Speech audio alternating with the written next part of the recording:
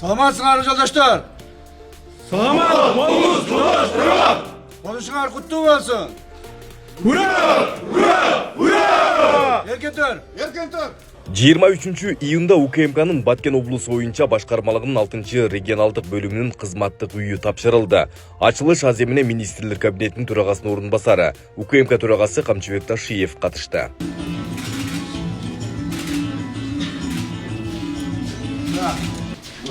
Bismillahirrahmanirrahim. Bu bir үй. Бойдактар бар деген. 3 комната. Бул жагы Bu boy doktor ha? точно. Boydok gelip işleyenlerge.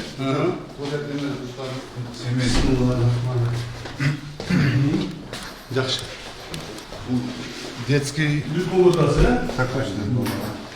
Спальня. Болуш içinde. Hem қалғанын өзі расставлять етіп olacak. Bu жақта картиналар değil olacak. Жасалған olacak da. Егер де статутын алмаса, келіп сырдап, оңдап, жашай береді. Жақсы oldu. Жақсы oldu. Nemleri var eкен, ha? Su kenarlı olsun gerek, ha?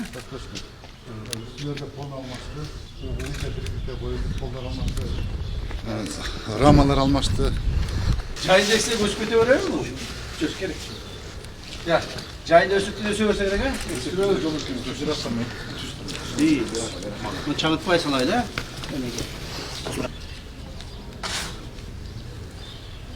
Hakim daha ayıttı o şeyde, özünü salıverin. Ben karap durayım, değil mi? Ben kündelege otam dediniz o şeyde. Şehirden geldiniz, siz daha kıynalın, değil mi? Ben aralama da çürük kapçının. Keçe yemeden uçup gelgen. Tamçıdan. Bismillahirrahmanirrahim.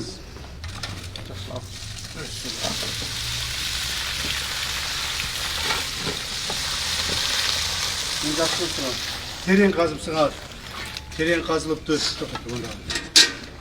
Tereң қазылып тұр. Анан баяғы немесі тамырындағы ылайлары су екен де шunu жақты. Суға қармап тұр. Болды.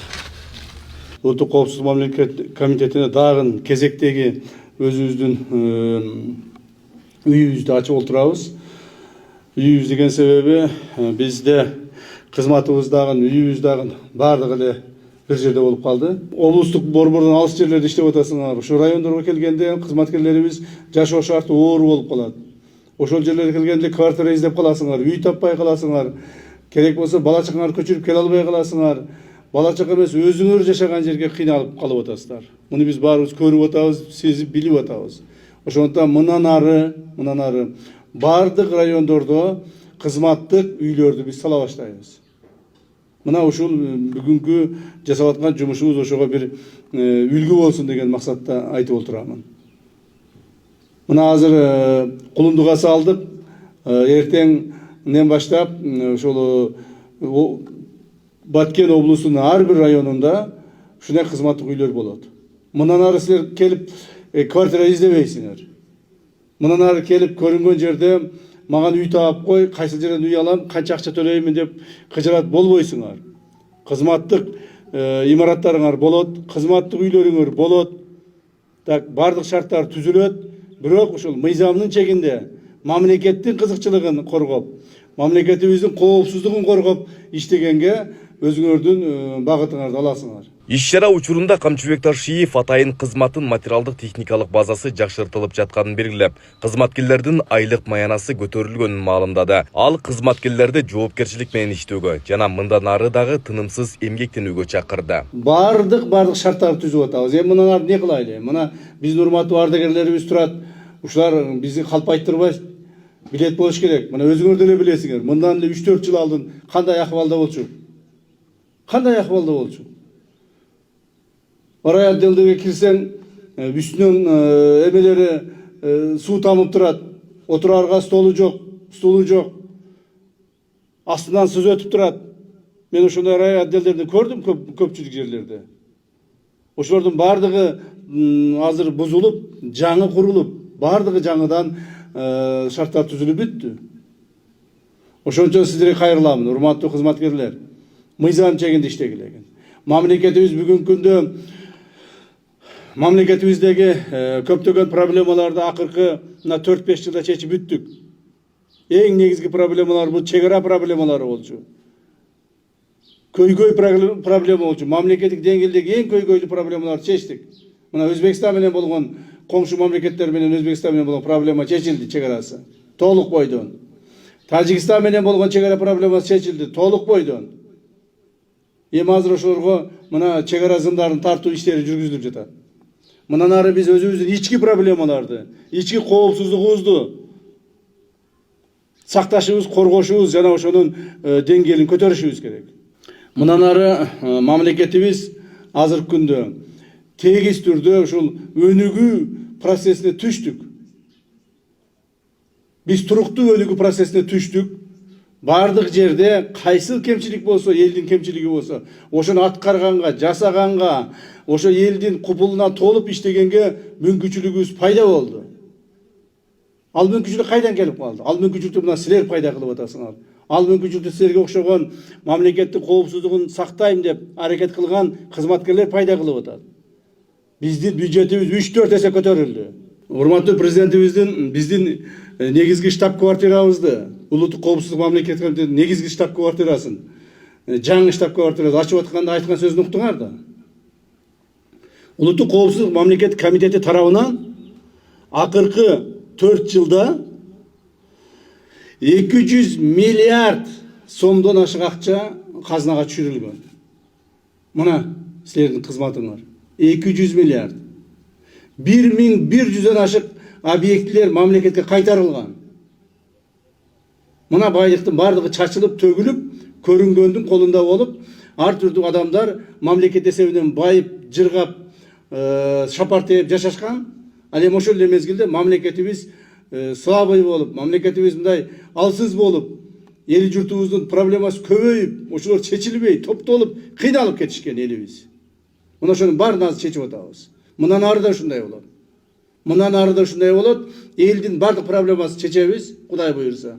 Бардык колубуздан келген иштердин негизинде мамлекетибиз күчтүү, алдуу күчтүү, мындай бардык жагынан өзүнө татыктуу мамлекеттердин арасына кошулат. Керек болсо, Кудай буйрса, жакынкы 5-10 жылда биз алдыңкы мамлекеттердин катарына кошулууга умтулабыз. Ошондой эле төрага башка аймактардан келип иштеп жаткан жетекчилерге үй бүлөсүн жанына көчүрүп келүүнү сунуштап, балдардын татыктуу тарбия алуусу үчүн бул маанилүү экенин кошумчалады. Анан мына жетекчилерди, айрыкча райондук жетекчилер, облустук жетекчилер, ар бириңерди үй бүлөңөрдү көчүрүп келгиле. Үй бүлөсү жок жашабагыла. Айтасыңар, менин балам Бишкекте окуйт, тан лицейде окуйт. Бул жерде эле жакшы мектептер бар. Бул жерде эле жакшы билим алышат. Мына биз айылдан билим алып чоңойгонбуз. Айылдан билим алып чоңойдук. Биз окуган мына университеттерди Россиялардан бүтүп келдик. Мен мисалы ошо Томский политехнический университеттин химико-технологический факультет, технология электрохимических производств деген специальность бүтүп келгенмин. Это редчайшие специальности. Айылдан окуп туруп эле. Окуйм деген бала айылдан эле окуйт. Билим алам, тарбия алам деген бала сөзсүз ата энесинин жанында болуш керек. Уктуңарбы? Көпчүлүгүңөр бала чакаңарды таштап коюп жүрөсүңөр, 2 жыл, 3 жыл талаалап. Анан кийин үйгө качасыңар, анан суббота воскресенье болгондо барып келе калайын, көрүп келе калайын, түнү менен барып, эртең менен келе калам деп. Бул эмне деген жумуш болот? Андай болбош керек. Ачылыш аземинде УКМКнын ардагерлери да сөз сүйлөп, кызматкерлер үчүн түзүлүп жаткан шарттарга ыраазычылыгын билдиришти. Алар генерал полковник Камчыбек Кыдыршаевичке атайын кызматтын өнүгүүсүнө кошкон салымы үчүн ыраазычылык айтышты. Мисалы 90-жылдары, 2000-жылдарын баштары, 2010го чейин, 20-жылга чейин мындай курулуш болгон эмес. Ар бир кызматкерге үйлөр берилди.